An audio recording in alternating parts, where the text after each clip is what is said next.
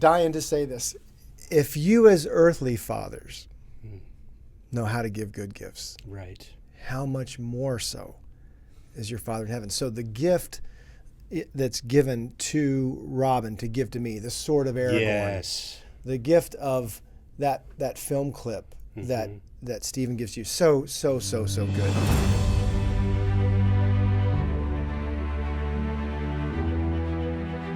With God, there is always more.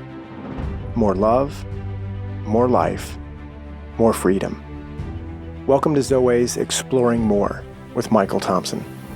C.S. Lewis once wrote, "Our Heavenly Father has provided many delightful ends for us along our journey, but He takes great care to see that we do not mistake any of them for home." Join me and the team as we explore the kingdom together, discovering the deep truths and offering encouragement for the journey. There is always more. Welcome, friends and allies, to the Exploring More podcast. Michael Thompson and S.J. Jennings hanging out, talking about the kingdom, and, man, wrapping up. I'm like, let's I think we got to do one more after this of all the notes that didn't fit into the other episodes. Yeah, we'll call it a bonus. I said that last somewhere, time too. Yeah, maybe. We keep falling behind with our notes every time. But this is the wrap up of the series on hearing God. We talked about in the last few sessions hearing from God, being interrupted or disrupted, but also that's one part of it. But being in dialogue, being in communication. And what is it that is at God's disposal to communicate with us? His presence, his affection, His love. I think these are His all creation. Yeah, I mean, those are ways, even in creation, that it might communicate to you. In all of creation, you're part of it, or you feel small, but I think there's another part of that, other side of the coin, that you're a part of this. You're part of this big story. So, yeah, and we know this as we communicate. Like you're nodding and giving me, you're communicating. We've all gotten in the car, in the truck, looked over, saw our wife, and go, "Oh man, what?" Don't even have to say a word. No, and it's like it's a little chilly in here. I'm not sure what's going on. Yeah. Or sometimes it's the opposite. It's, yeah, man, I can't believe that this woman chose me, and she is showing me this kind of love and affection. I was thinking about this just before we take our break in the intro, just all the different ways communication works. Sure. And so hearing from God, I just want to incorporate the vastness of that. And when I remember when my girls were little, they couldn't talk, but they could communicate. Right. Yeah. I'm not talking about God being little. Puppies. Yes. or pulling you in a direction. I think my wife taught him a few sign languages for more. Do you want? I mean, and they picked that up before they could speak. They could sign. It was fascinating. Yeah, I remember there's a picture of, I don't know how this happened, but Stephen was wearing footy pajamas, and they were Philadelphia Eagles footy pajamas. I don't know. But he crawled up on my chest. I was laying on the couch watching football. He crawled up on my chest and just fell asleep. Yeah. Chest to chest, I'm laying down. He's laying right here. And, of course, 10 minutes after that, I was asleep. You know what I mean? So that was communication. That was a bonding experience. Yeah, clearly he felt safe. Yeah. Communicating, he feels safe. He feels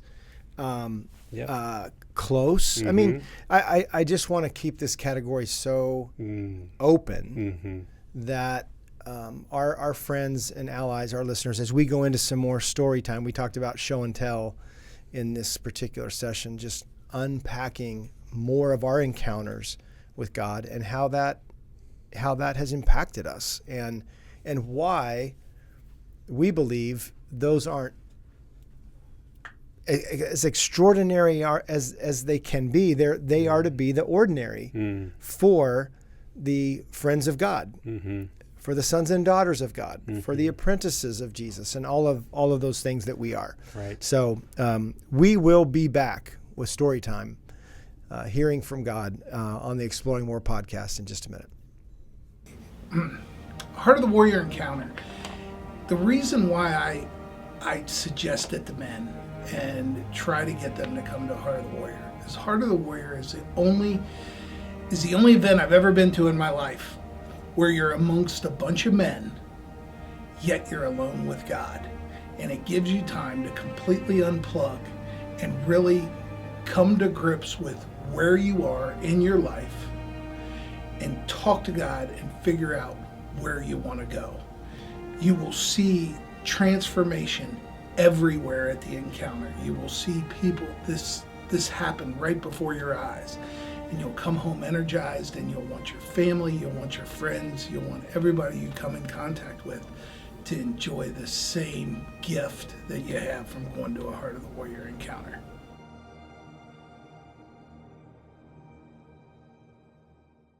Welcome back to the Exploring More podcast, where we're doing some story time. Yeah. And I've got a few pages, like you said.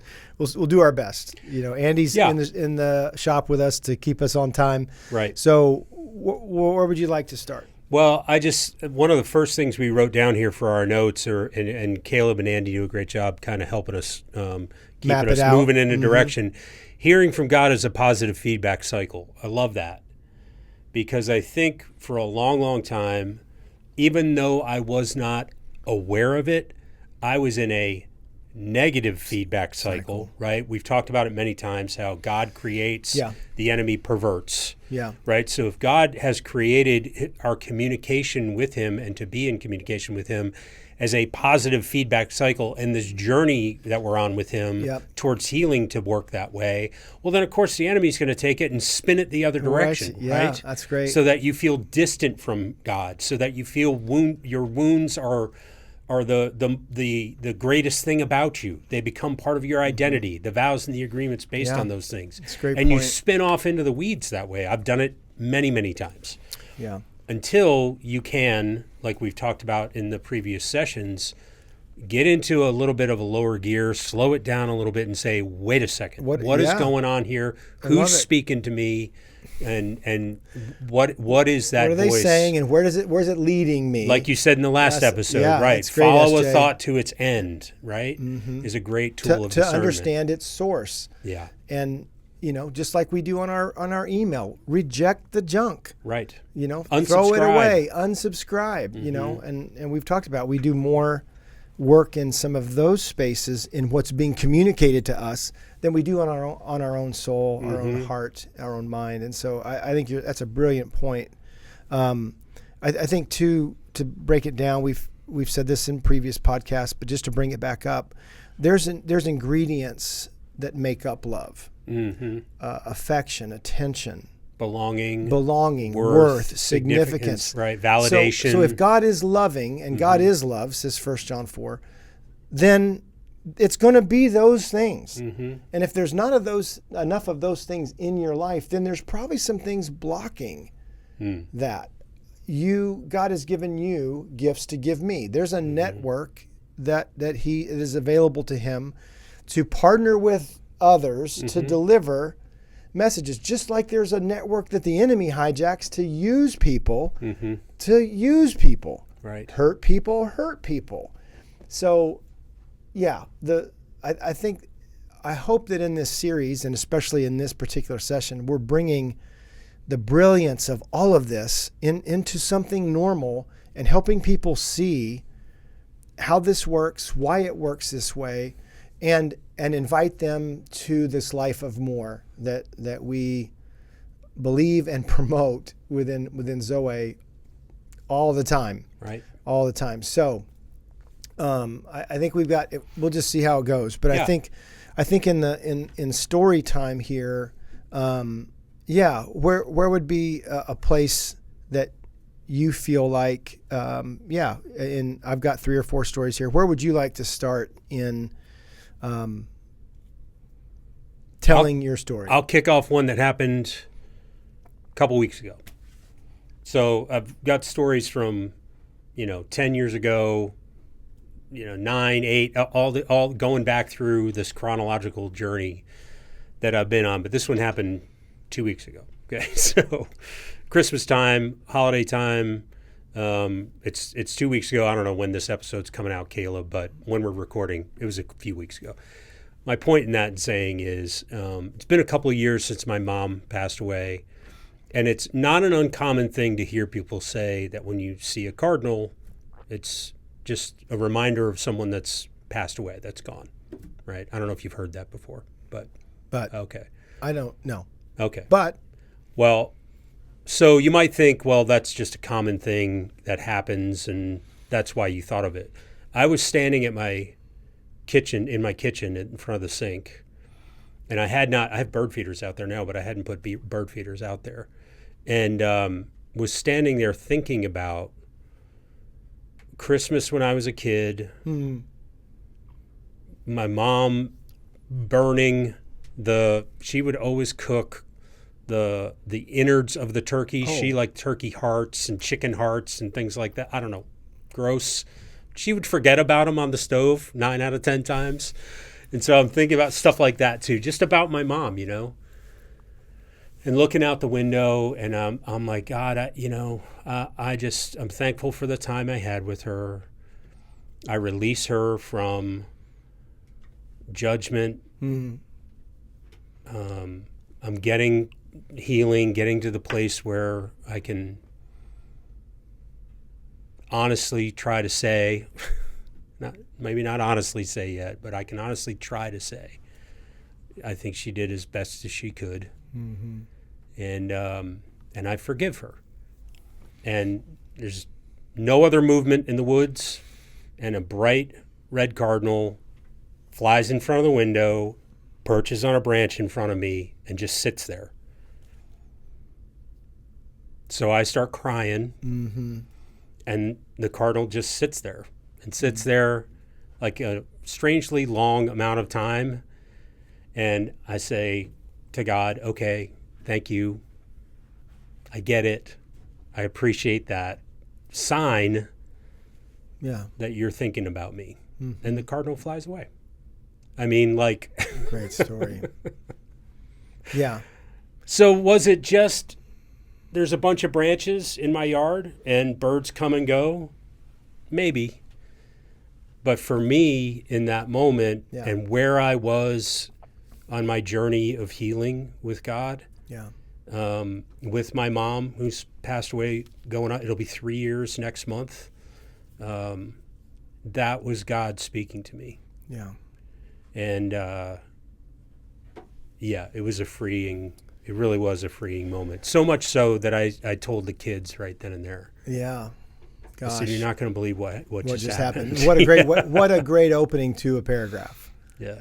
You're not going to believe what just happened. This was just a couple weeks ago. Yeah. And that's a great opening story. I went a couple that I don't have down, but this. I like that you said a sign. I like that. In this area of communication, there's a lot of things at his disposal to prompt a conversation. I've also learned in asking God questions, the next thought I've had is a question from him. I was thinking about this in our last episode too. It's so interesting. I don't do it enough, and I'm just declaring to you, I want to do it more. I don't ask Jesus very often how he's doing. Father, how are you? Jesus, what are you up to? How are you today? And I think that's helpful. I do too. To not demoting him, but rather promoting the idea that, we're in this relationship. We're friends. We're there's an apprenticeship. There's, I'm with the King of Kings. Yeah. I'm with my Father. You could not promote or demote him Nor could you do the same for yourself. Except believing things that somehow, some way, get in the way of right. that. But And the so, truth of the right, matter, right, 100%. is, yeah, 100%. But I love that idea of, I think that's helpful. Yeah. Yeah. I mean, it's, and even out loud is a practice I want to continue to be more intentional about. You know, I know he can read, I believe he can read my thoughts, but when I express my thoughts, I have a ability to stay on a particular track. Mm-hmm.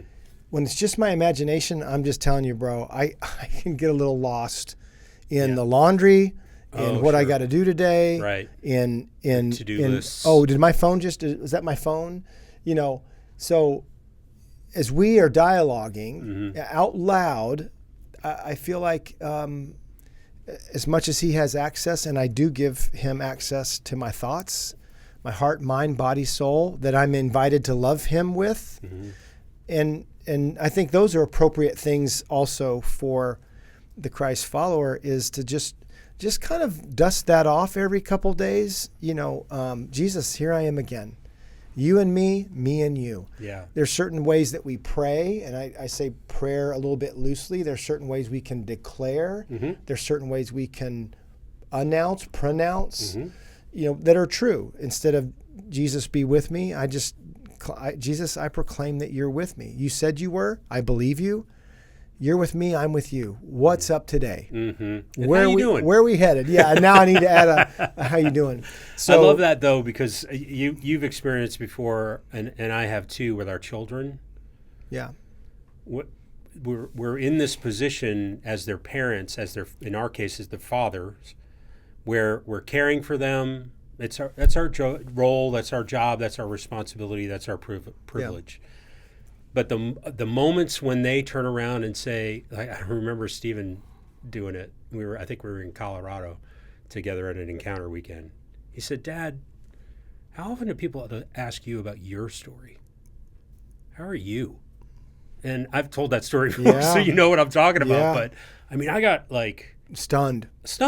Yeah. Took me back, went almost immediately to tears. Right. You know, so there's something about, and I'm not saying it would necessarily affect Jesus the way it affects me when my son asks. Yeah. But I wonder, right? Yeah. He's like, just thank you so much for asking me. Yeah, it's beautiful. It's a beautiful thing. And I think it can be a part of the normal practice, the normal relational exchange between us and the Trinity. I believe, too, that there is a Trinity, Father, Son, and Holy Spirit. I think they each have a voice. I think they each have a way.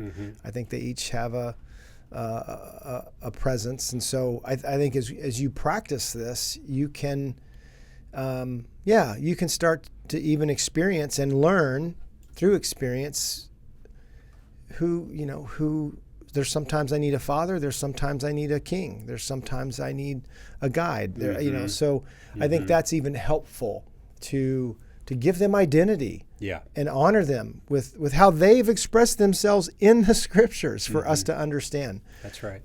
You said something about your mom and forgiveness at the Christmas window. That was a real powerful time for me. Tom Benner, our friend and teammate, he was with me, and I found myself in this place of Tom kind of caddying for me, guiding me in some time of prayer, particularly in the area of forgiveness. And he just was sharing with me one day about an exercise that he was guided through in not carrying within him a bunch of unforgiveness. And I was like, man, that's a great idea.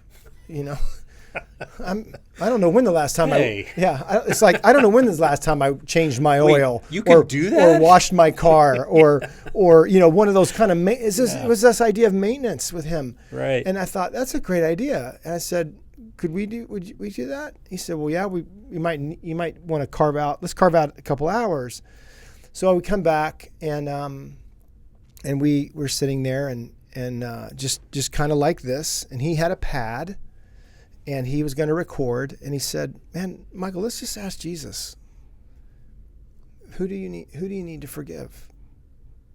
so we, just closed our eyes and I said, yeah, Jesus, here I am, and I'm with you, you're with me, and yeah, who do I need to forgive? Am I harboring any unforgiveness, any hurtful way, any unforgiveness? Mm-hmm.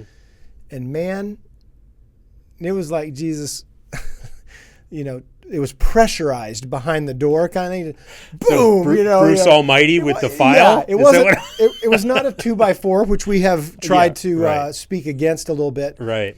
But it was like, he was like, and I mean, there were files, and I can remember, I don't know how many lines are in a, 30, 31, 32. On an 8.5 by 11. I remember when I heard this sound with Tom. I mean, dude, there were coaches, there were kids. Yes, there were my parents. There were, and we just then we went back over the list. But I feel like that was Jesus and me going to a place that isn't often gone to, and those files. He was. It wasn't like he was down in the basement kind of handing them up to me. Right. But it was like he was very present. And after we got that list together, it was, 40, 50 people. He said, okay, Michael, now in order to forgive them, what did they do? And how did it make you feel? And I was okay until then. Mm-hmm. And I felt sadness for my boy. I felt, and I got to grieve some things and felt like I was guided into that place. Not just God partnering with Tom to do that, but actually Jesus with me in, it's going to be okay. Yeah, let's get this stuff off. Let's get it better out than in. Better out than in. So, but that was a beautiful exchange and time and communicative and in the witness and the presence of a witness and all of that. It was a beautiful moment. And I think it's probably something, again, I need to really. I think it's a maintenance program that we can collect this stuff over time. Yeah. And it's been a little while since I've done it. So I bring it up to say we should probably get Tommy and do this again. But anyway, probably it was a sweet time with God. I love it. And what I'm thinking about as you're sharing that story, Michael, is so if you've ever held a prism up to the light or a something that refracts the light, like some kind of a jewel or part of a chandelier or something like that just makes the light go in all these different directions. Because when you look at the story you just told, you could say, well, that's all about Michael getting free from unforgiveness. And it is. But if you do this a little bit with it, then you see, well, no, it's about hearing from God. Yeah, good point. And it's about, because when you had the thought, that's a good idea. Was it your thought? Yeah. Sounds like you. Yeah. But it doesn't necessarily mean it was you, right? Funny, we talk about the voices of my true self, my false self, Father, Son, Holy Spirit. We got the enemy, which I don't think Satan's really dogging you, but he has agents all over the place. Yeah. And they're spirits Minions. Of shame, spirits of fear, spirits of diminishment. So it's a crowded room wherever you are. Oh, yeah. And so that's why the discerning of, and I think not every great idea is mine, but I also think, as you said, was it last episode, that imagination and creativity, that you can come up with some pretty good ideas. God's given you, a soundness of mind if you're in your right mind, the mind of Christ and all of that stuff. SJ, it's a really great point that you're making. I want us to take a turn, because I know we both have experienced this, hearing from God in stories, and not just you telling or me telling, but I mean like in films. What are a couple? And you don't have to even go long into some of these stories. I think you can mention them, and people will know. Whoa, I know that clip. Yep. But yep. Well, I'll give you an old one and a new one. Okay. Okay. So one. I know the new one. I know the new one. Christmas time. Here we go. Yeah, man. So I constantly go back to the story of the legend of Bagger Vance because as a person that really, I won't even say I struggled with PTSD. I was captive to it for good. a couple of decades. Not good, I mean, but yeah, I know what you mean. So the moment, one of the things I love most about that film is Bagger, who is in our interpretation the Holy Spirit. He comes in this kind of lighthearted way and is teasing Bagger disruptive, some. Disruptive and very provoking. Disruptive and provoking, right? But not intrusive to the point where he's forcing himself on Bagger, right? He's waiting for the invitation. $5 sounds good to me. You know, and hey, he says at one point, this is your shot to take, right? So yours and yours alone. Yeah. So Bagger shanks it into the woods during this competition. Juna, sorry, I kept saying Bagger. Yeah. Juna shanks it into the woods in this competition, and it's bad. Like, he's 12 strokes behind or whatever it is. And he doesn't understand what is handicapping him. Mm-hmm. Juna has a handicap, but not the good kind in golf, right? Right. Where he's so good he's got a handicap. He's handicapped by his past. He's handicapped by the guilt and the shame and the judgment that he's put on himself. If you haven't watched the movie, go watch it. But the story is he's a captain in World War I. His entire, it's not a squad, it's a division gets, I think. Platoon. Thank you.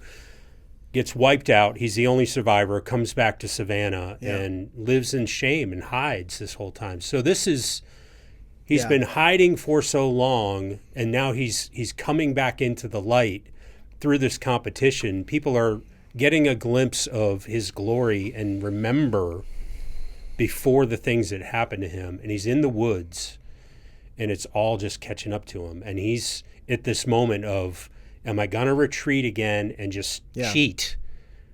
Am I going to pick up the ball, quit? Yeah. Whatever it would be, whatever his decision. And he's shaking in that moment. And Bagger comes to him in that moment and really sets him free. So it's not that his journey's over. You be wanting another club there, Juna? I can't do this. Yeah. I mean, we could recite it. Oh, my gosh. I can't do this. Yes, you can. I can't. You know, this is your shot. You know, where do I all you got to do is start. Start? Yeah. Yeah, start walking. Where? You know, where you always been. Where you I mean, I get it. So it's good. He gets the ball out of the woods in this, what seems like a miraculous shot. And then he's like, man, you're a hell of a caddy, right? And goes on, and it's not like this instantaneous thing of now everything's just great.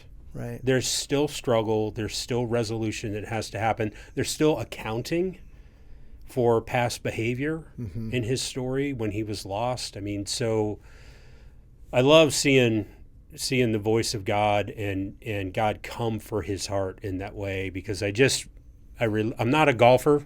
You know that. You've probably played with me once.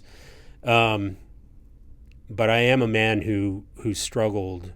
And so I just resonate with that so much. And then the other, I went longer on that than really quick. No, save it. Okay, you're going to do another? Yeah, we'll do another because right. I want you to tee that up and get into that a little bit. Yeah, so what's one for you? Well, in the Zoe world, there's a lot of these. Yeah. Oh. And we utilize these in our conferences and some of our in the book.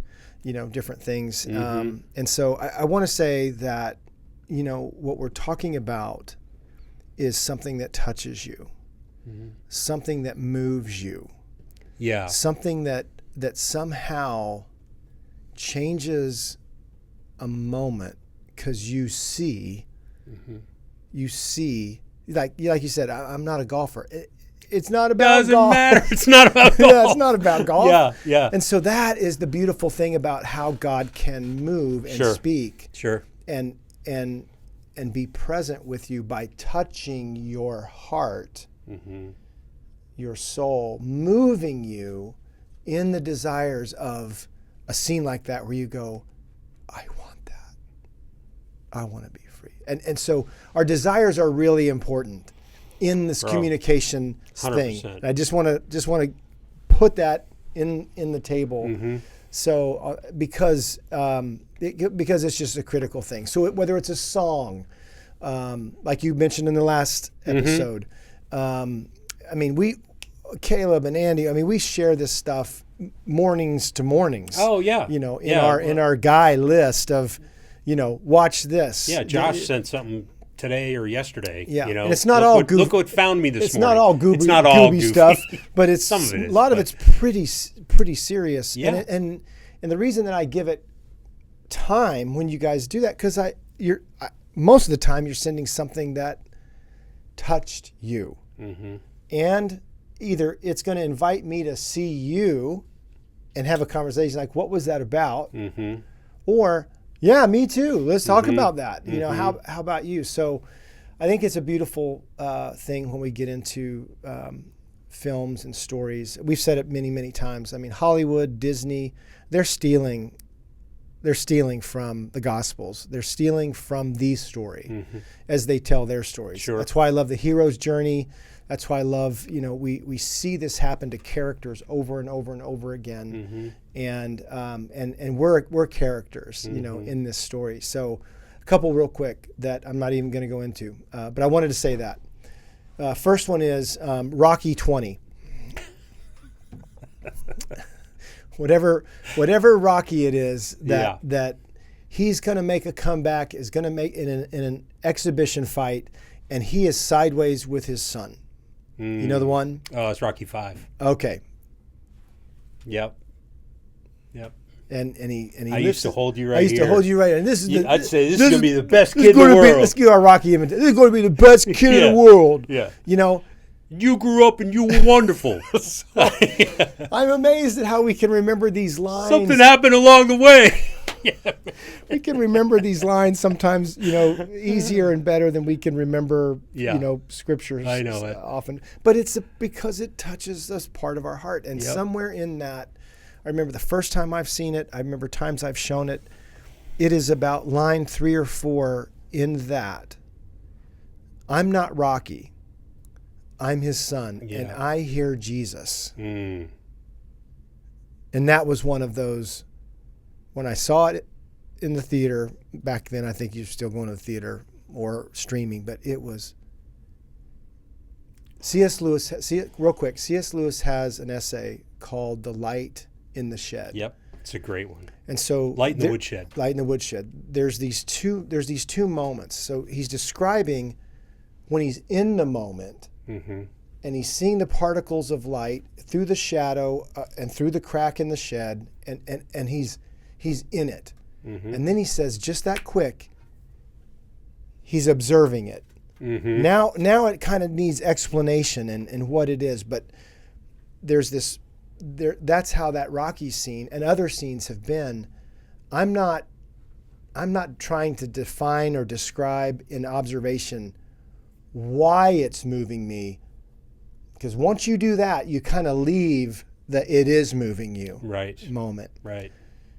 But tears, you know, welling, and that's just one. I've got a couple more I'll just mention in a minute, but I'm saying this is how it works. Yeah. This is a way. Yep. Just one lane, just one thing that's available to the Trinity is story, narrative, story work, illustrations, parables, if you will. That's right. For us to see and feel parts of us that identify with parts of that, and boom. It's amazing. It's amazing that you brought up that clip, because you were at my son's wedding, and in my toast to the two of them, I referenced that clip. That's funny. The reason I did was, so I remember watching that for the first time. Same thing. I was Rocky's son, Yeah. and the moment where he says, "Cowards do that, and that ain't you," I explode. Just Yeah. that kind of affirmation, that strong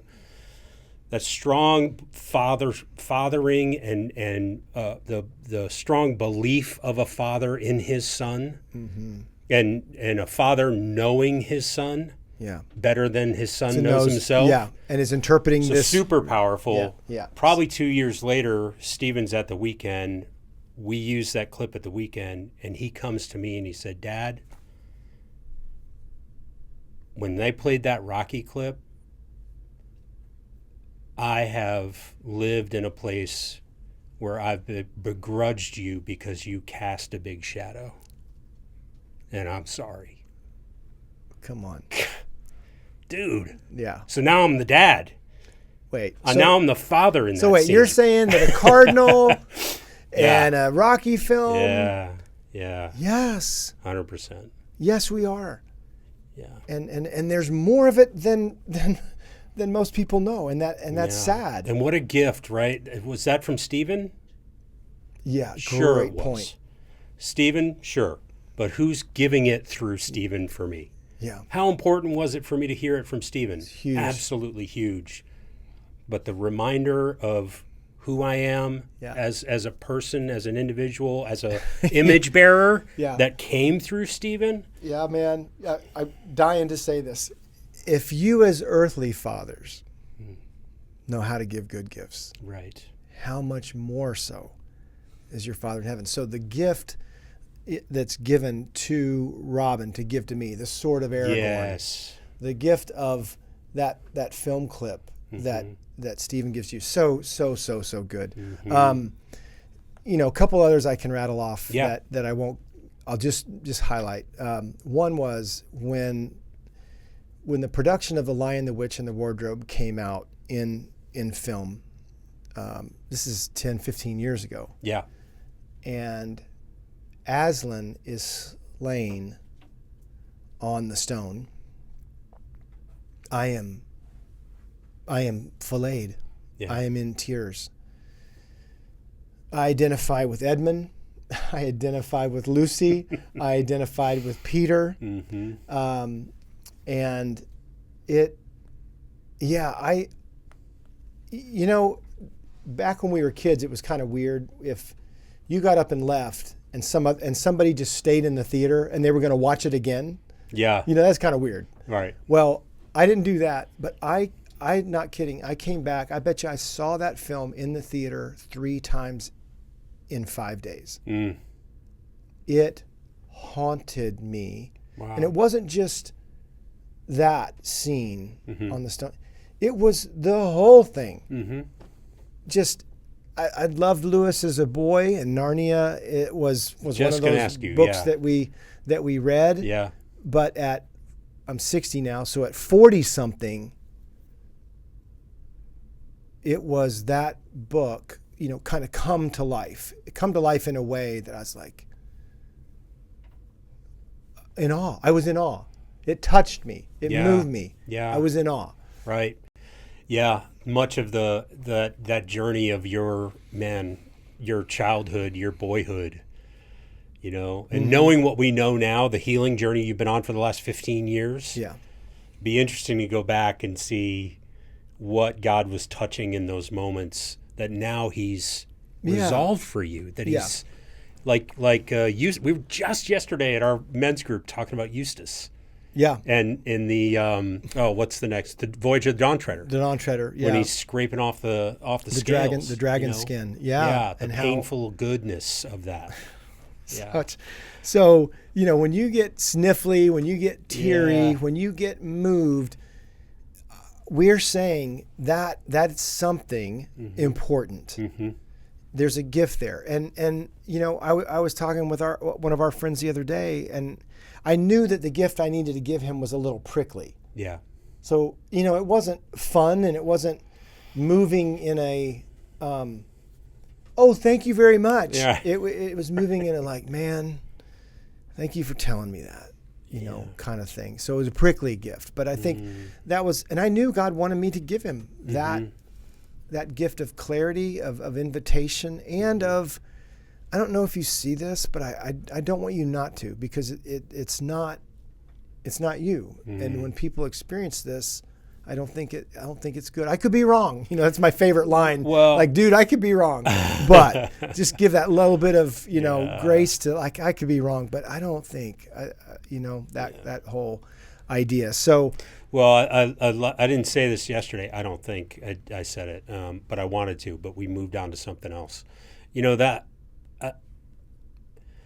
kind of again, maybe an aside from what we're really talking about at this episode. But I just want to say to you, man, there was a time in my life, and maybe in yours too, especially when I was younger, where I thought my friends were the ones that just always said nice things to me and treated me well and were always kind and this and that.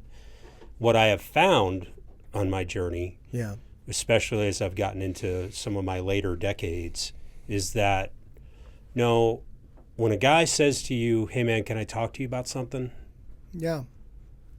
That, as hard as it is for that guy, first of all, that guy's courage to do that. That guy's probably one of your better friends, whether you know it or not. And I just want to say, you're a good friend. As hard as that is to do, because I used to hold you in my making light of it, but it no, really is hard to do that. Yeah. To be, it's not even confrontational. It's kind just and kind honest. and truth and love. It's hard to do that, and you do that well, buddy. Thanks, man. But yeah, the Narnia movies are a great story. I love Mr. Tumnus in those movies. And he can be an overlooked character sometimes. I'm not saying you're overlooking him. I'm just saying he can be. He makes a mistake. Yeah. He pays dearly for it. He's resurrected. Right. And he joins the fight. Right. I mean, boom, boom, boom, boom. Right after you know, in a story that he's important. You know, so all those characters. I think in the Lord of the Rings, all those characters, so many references to that. We all share a fondness for soundtracks and for the music that moves us. These scores. I went to a Hans Zimmer concert, dude, and it was thunderous at times. Right. It's not just a concert. They've got movie clips up on the screen, you know, and the whole thing, right? And I've John Williams, you know, other. These are our modern day symphonies, right? But these film scores. I'd tell one more story about Amazing Grace that came out a while back, in the William Wilberforce story, and just I'm at the end.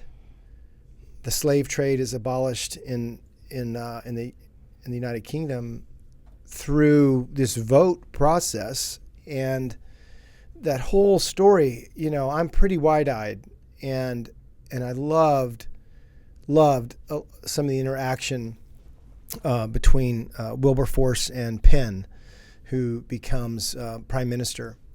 I think it was Penn, William Penn, but at the end he's older. He's been at this battle, I want to say 40 years. Yeah, as a young, which was like life expectancy back then. Right. Yeah, And so I am sitting there in the theater. It's time to go, and I'm having a moment. This is kind of what we're talking about. And I am crying, you know, the kind of hiding your cry. You okay? No, I guess I'm all right. Popcorn, salt, pepper. So, but that was one of those moments where Jesus gave me a name, you know, that was affectionate, it was directional, and I knew that it was a way that he sees me, a way that I'm known in heaven as an abolitionist. I can't even spell abolitionist. So when I heard, well, you love this because you're my abolitionist. And I want that to be true, and I hope that will become more and more true in my life across racial lines, but also for all captives, all of us who have been captive, you know, The Great Raid, when we watch that film, or the Band of Brothers, when we've seen that series. I mean, this kind of goes on and on and on as parables of the kingdom that are being told, whether or not the guys who made the Matrix knew what they were making. What it made for me was an invitation to see the two realms and the two kingdoms, and I could not see it. I'm like, holy crap, he's red pill, blue pill. It's exactly what Jesus did with parables. He's getting born again as these things come off of him. He's getting rebuilt. He's finding his identity. He says, I can't see. And he says, you've never used your eyes before. Right. I mean, right. It's just fantastic. I know karate. Yes. Yeah. Show me. So, one more I got to share Yeah. was just from the middle of last summer, I think. Inside Out 2 came out. Yeah. I remember Inside Out 1 had like, holy cow. What? Oh my gosh. But this one actually, they showed the process of wounding moments or validating moments, the vows and agreements that they lead to, and then the vows and agreements that lead to heartstrings. Yes. That can be what goes down all the way into that and it deep literally subconscious. Creates a string. I know. And the characters pluck it, and it's like, I'm a good friend, or, I'll never lose again, and it's just so telling. And it's a cartoon, right? It's just a cartoon. No, it's a parable. It's an invitation about to how see. things work. And parables are invitations to see. They are. And hear. Yeah. I think of this story in Genesis where Adam and Eve have taken their bite. They're naked and hiding. God comes in figuratively or real, in a real, where are you? Mm-hmm. The accurate, I think, ideas. Do you know where you are? Do you know, oh my gosh, and he moves toward them. They're the ones hiding. And there's a line in there, in that story, that God says, who told you that? Mm. Just like Inside Out. Mm-hmm. Pixar is stealing. Absolutely.